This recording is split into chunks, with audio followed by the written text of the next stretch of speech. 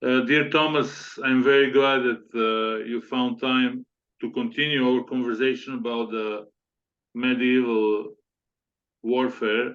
And this time we're going to talk about the safest place within the fortress.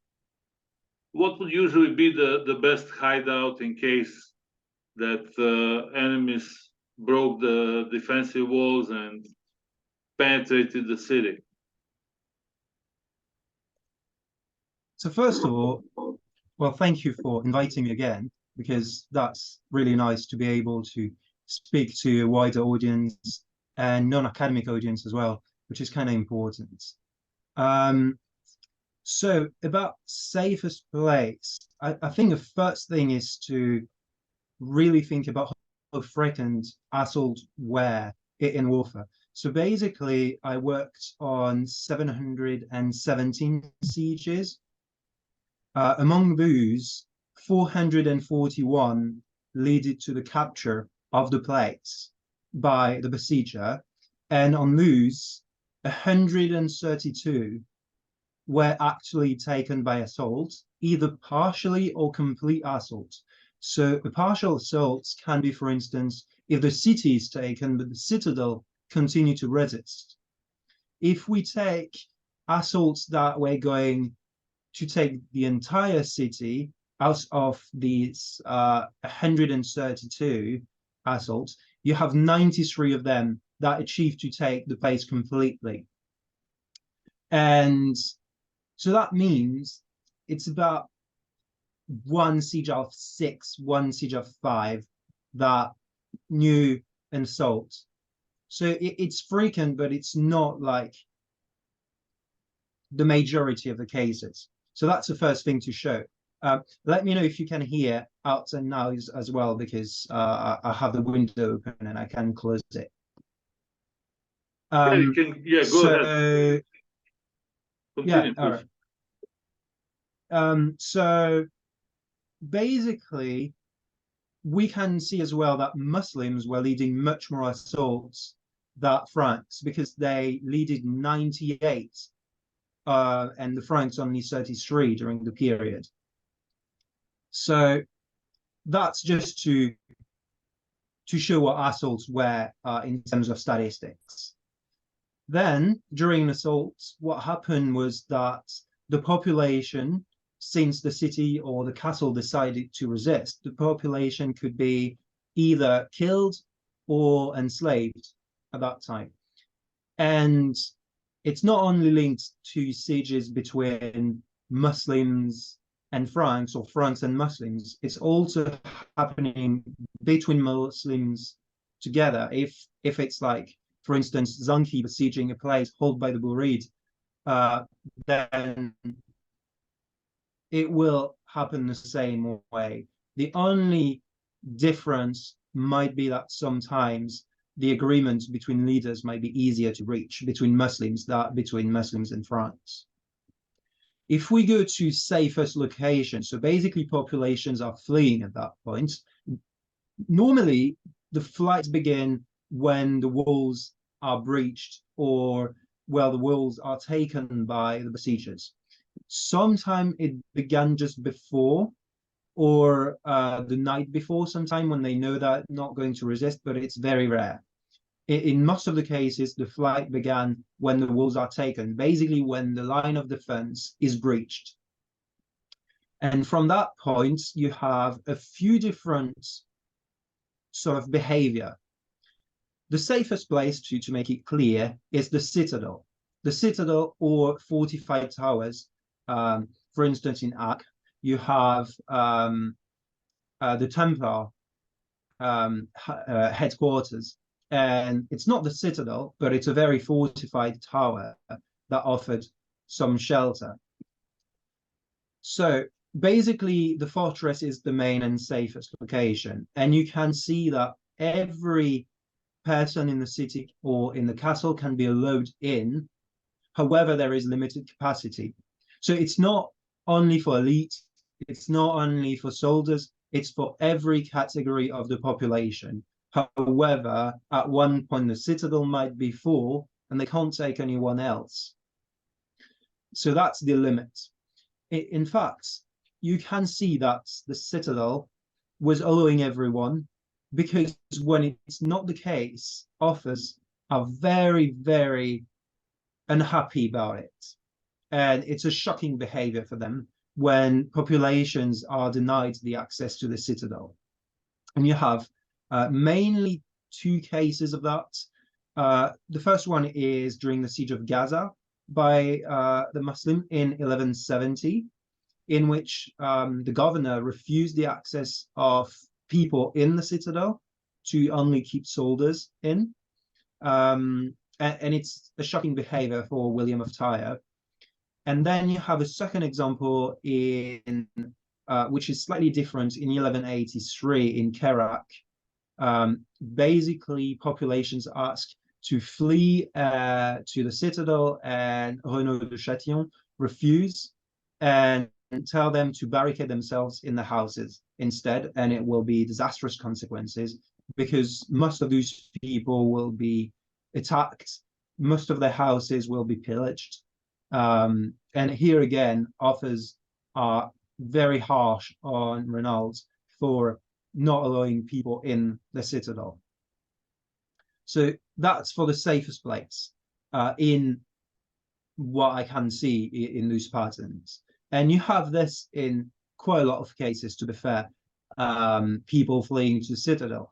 However, for castles, it's a bit more difficult to see because you have less inhabitants inside the castle. You have refugees mainly. So the only place to flee is the citadel. And in that case, it's mostly named a keep and not a citadel because it's not as big.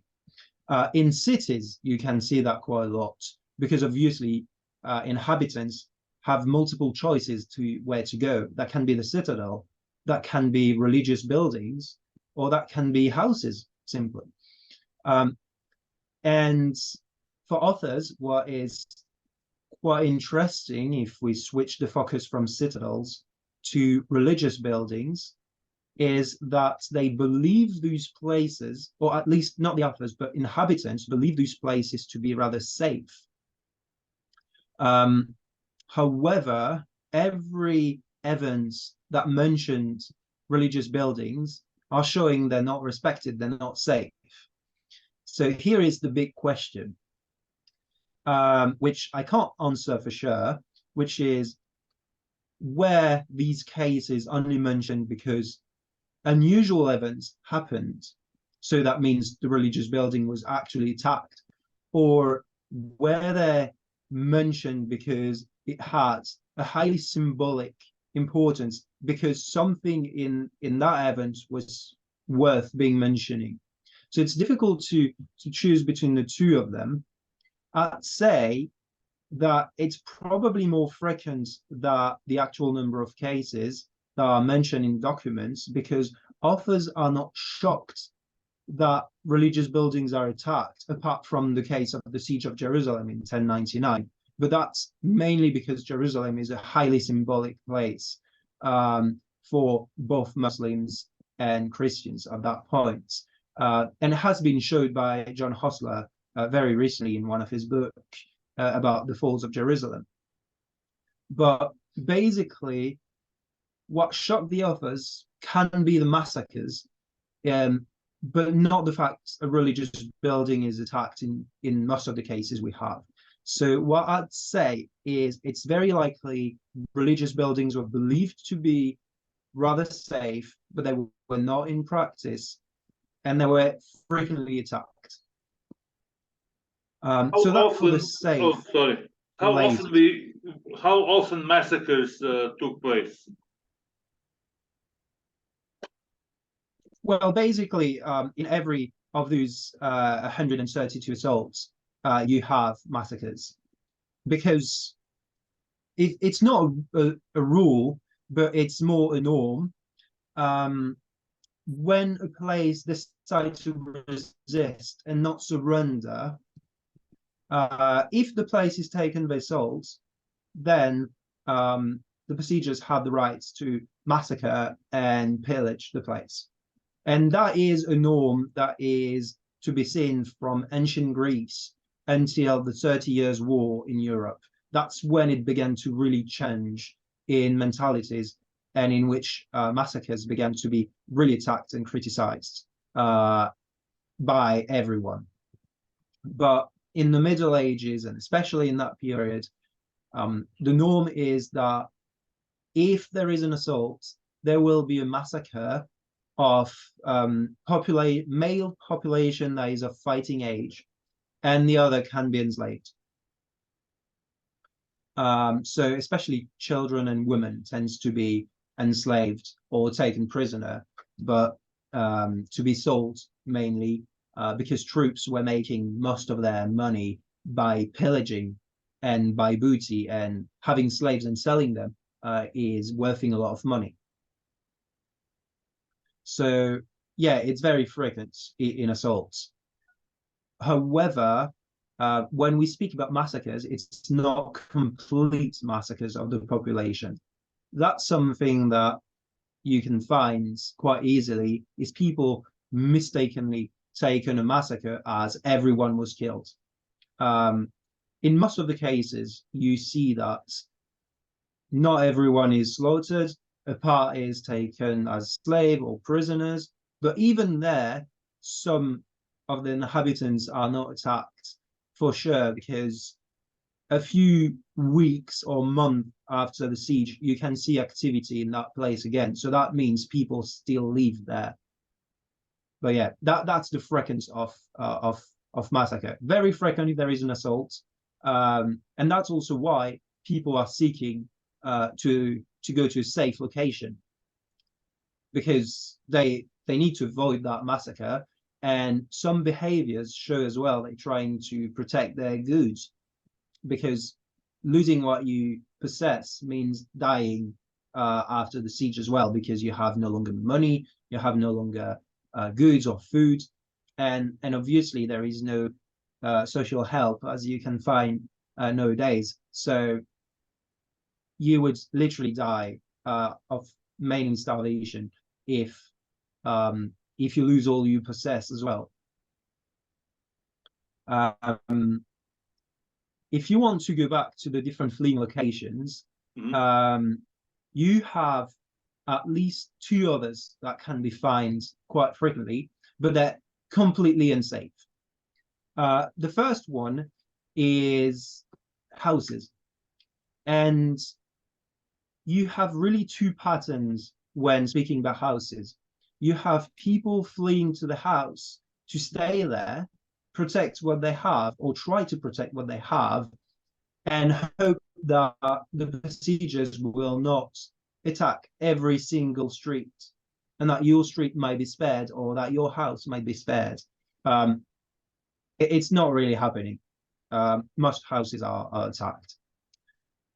And you have the second pattern, which what was the population? What was the population of medieval city? We're talking about maybe a few hundred people or a few thousand people, because medieval sources tend to exaggerate the number of warring parties and number of the population inside the wall. So it's always difficult to know, but you have some good ways to estimate it. For instance, in Europe, we estimate by fire. So if you find a fire, you can estimate a family was living there, and so then you estimate the number of people in a family. And you have similar methods in the Middle East that have been used, but obviously archaeological findings are not as frequent. But overall, a city like Jerusalem is estimated to have about 20,000 inhabitants. It's not a very big city. A lot of cities on the coastline varies between 5 to 20,000 inhabitants as well. Things like Caesarea, Jaffa, they're probably about 10, 15,000 inhabitants maximum. And if you go to huge cities like Damascus or Aleppo, you easily reach 100,000 inhabitants at that time. So you when we speak about massacre, it's mainly in thousands or sometimes 10 of thousands. So it's still big massacres. It's still important. But obviously in medieval sources, sometimes you'll find that everyone was slaughtered, which you can prove wasn't the case because you see activity a few weeks later, or sometime you have others. For instance, during the siege of Jerusalem by Saladin, it's not an assault, but you have a surrender treaty which people have to pay a ransom, and they say basically that about 14,000 inhabitants were not able to pay their ransom, which is very unlikely considering the other figures, because we know the population of Jerusalem at that point was probably about 20,000 inhabitants. And if you add all the figures, you have way more than 20,000. So you know, for instance, that in that case, the author was exaggerating. But yeah, overall, we tend not to believe too much the figures that sources gave us about massacres, unless it is plausible one. Sometimes you have some that are trustworthy, I'd say, or at least that are possible. For instance, during the siege of Antioch, during the First Crusade, it is said that 3,000 people find shelter in the citadel, and that's possible. It's not. It's if it has been like 7 or 8,000, it would have been way too much for the capacity of the citadel. But 3,000 is entirely possible. So maybe it's true, and but we can't say for sure it's true. But in a material way, it is possible. So yeah, that's about the population, the numbers that you can have. Yeah, Obviously, a massacre. If we talk about Yeah, urban centers, the biggest cities were Cairo, Damascus, and Aleppo.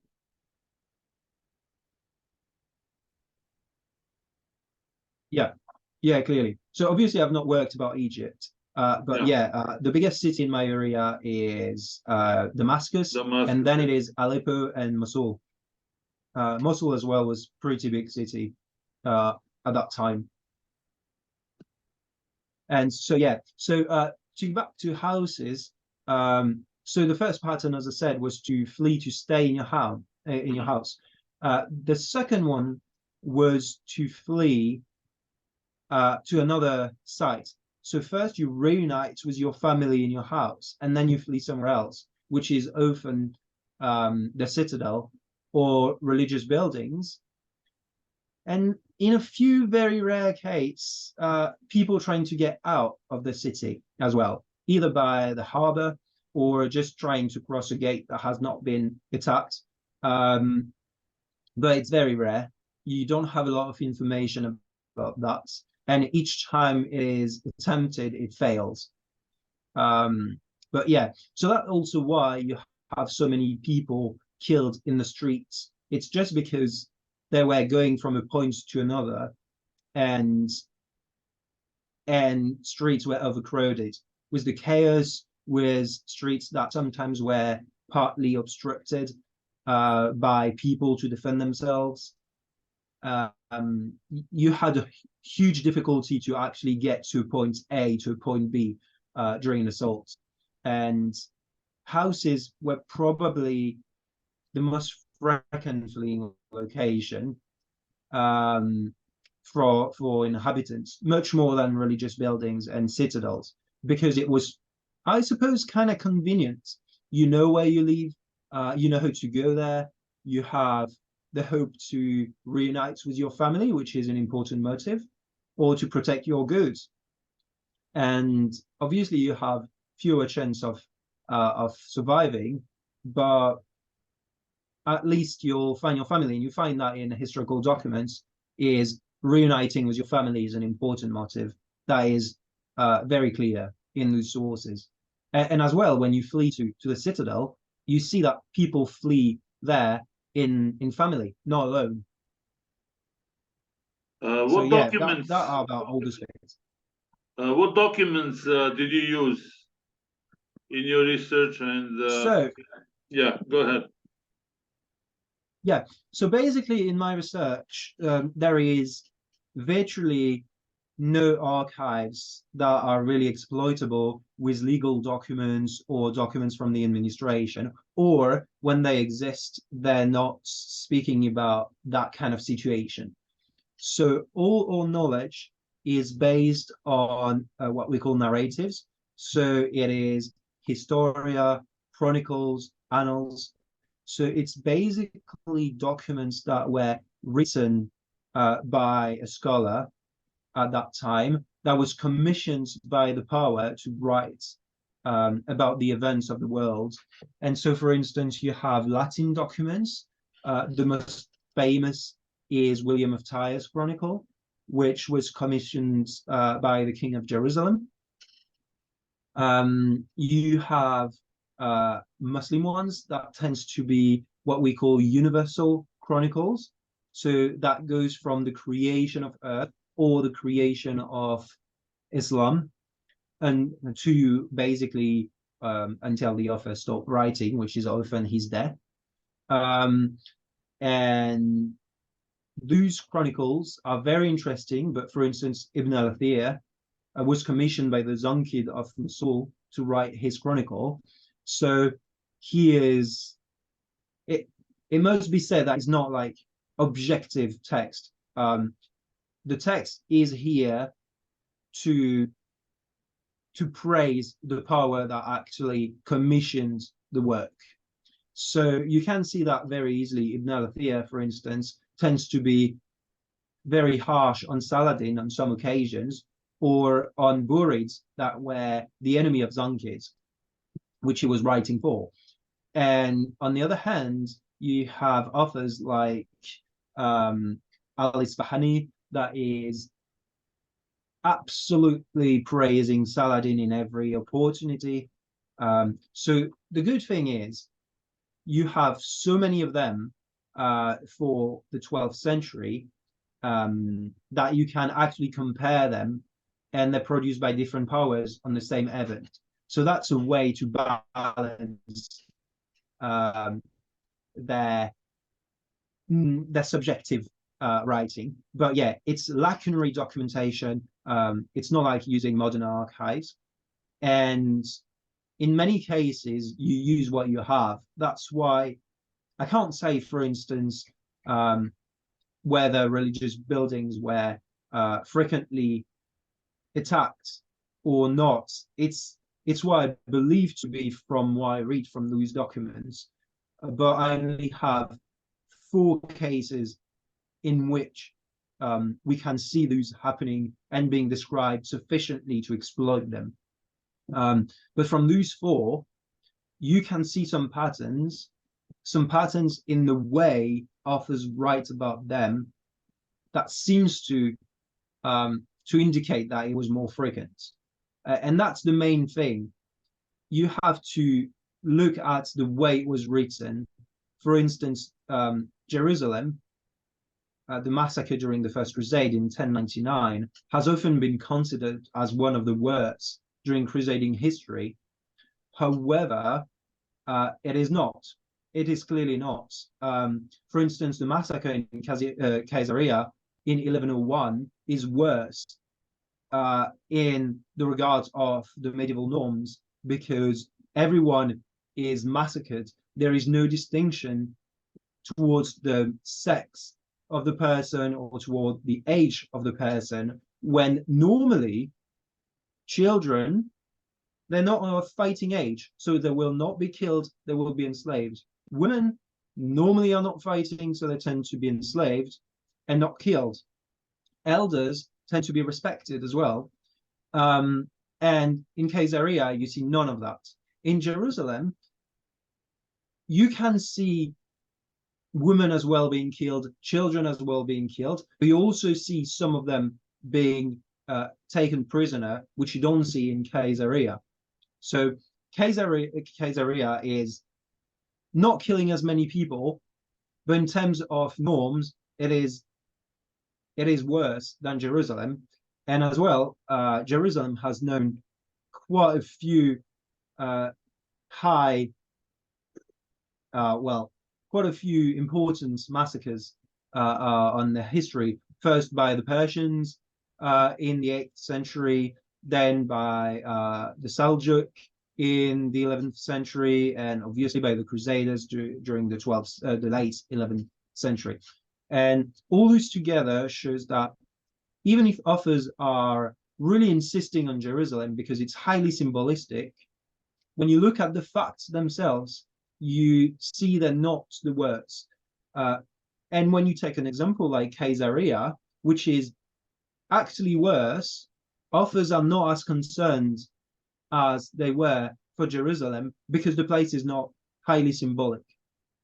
And that's how you need to work. Sometimes when you see a mention, it is only mentioned because an exceptional event happened overall. For instance, the siege of Edessa in 1144, when the city is taken by Zanki on the Crusaders,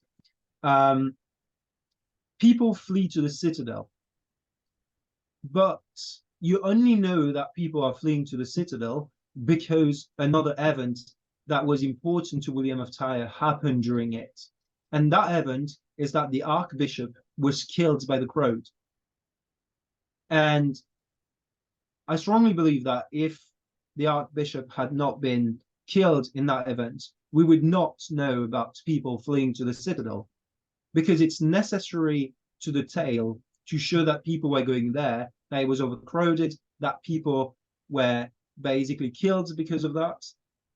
It is sort of presenting the context of the event, but it's not the main purpose. It's the same during the siege of Gaza in 1170. The author is William of Tyre, is basically writing for the kings of Jerusalem, and how it's a sort of teaching book. So how you should behave as a king is the main purpose of the book, in some aspect. And he mentioned Gaza as an example of bad government. Denying the access to the citadel to people is a bad decision. It's bad because it's not Christian, because it's killing people, and it's not protecting people you could have because you have the space and the supplies to protect them. So it is to show an example of bad government, not to show us that it happened, because there is little interest, especially when writing is so expensive at that time. There is little interest just to show an event because it happened. You show an event because it had a significance, or because your audience will be receptive to it. So who committed the crimes in Caesarea?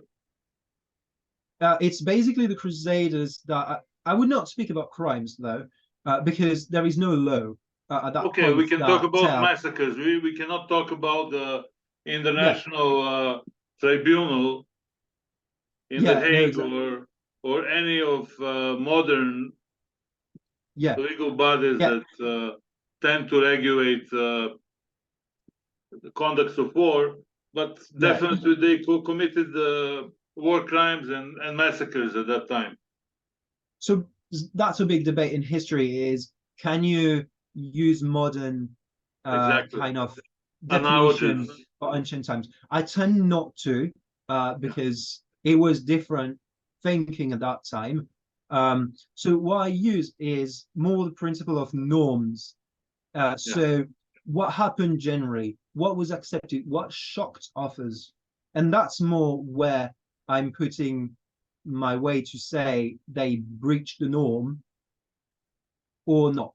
And in the case of Caesarea, Crusaders, especially those that were not part of the Kingdom of Jerusalem, but those that arrived to help, like the Genoese, and basically they refused to spare some people. And I think as well at that point, from 1099 until 1110, Crusaders committed harsher massacres than in the rest of the period.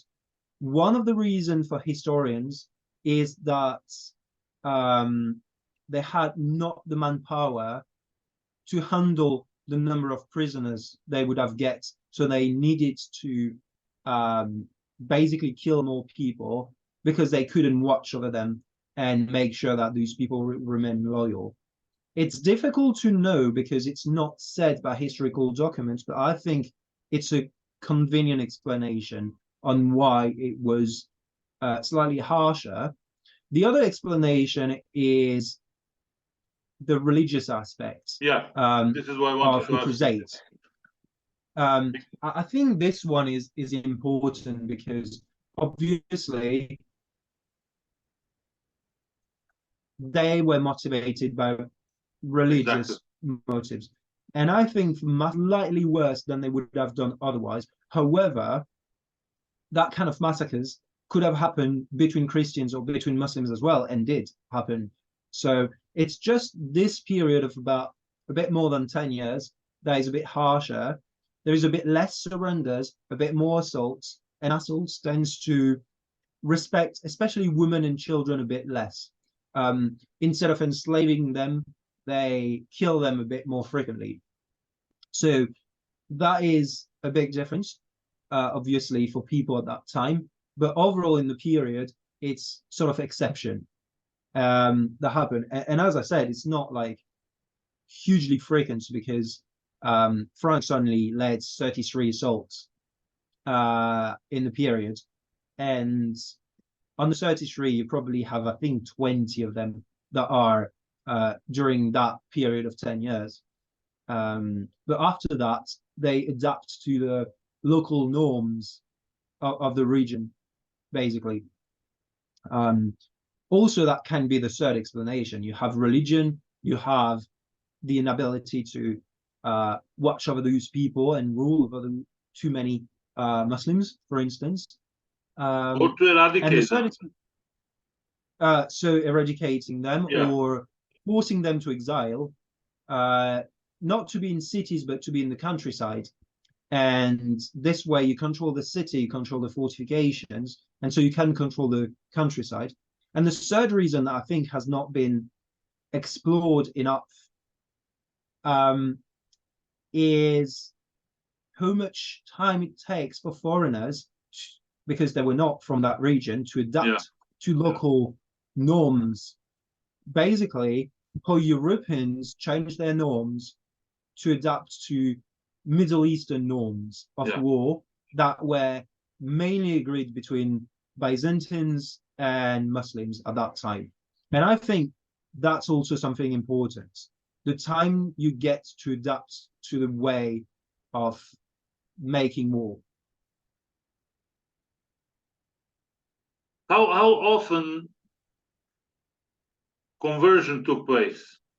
Forced conversion. To be more precise, because most of them wouldn't change their religion in regular circumstances, but they were forced to convert. So there was a few cases, especially in that period of 10 years that I spoke, in which you had a few treaties that mention that the population either convert or exile from the city that was captured. But it's still very rare, and it's difficult to know if it was actually applied or if it was more the symbolic of having the treaty saying this. It's really difficult to know on mass conversion like that. And I would say in many cases, it just didn't happen. For individual conversions, that's slightly different, but it's also very rare.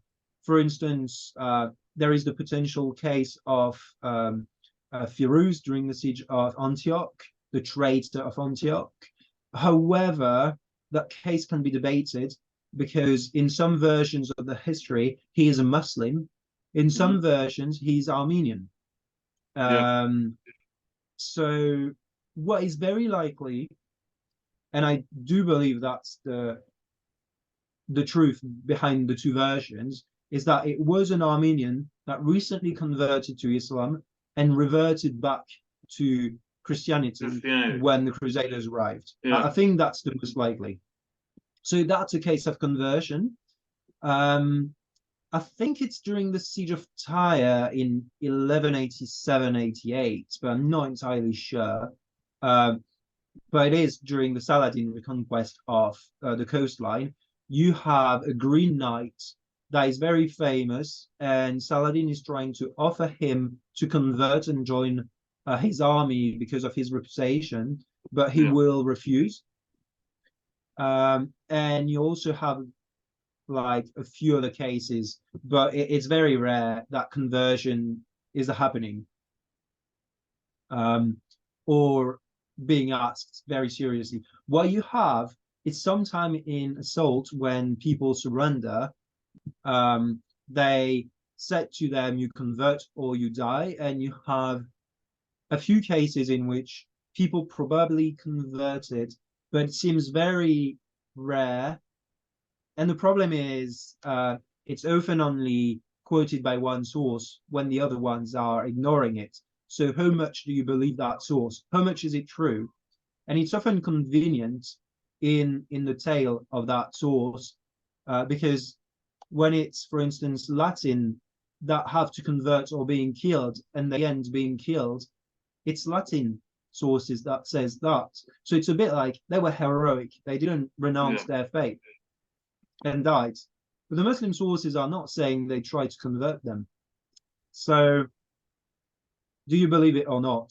Well, we have religious propaganda from all sides.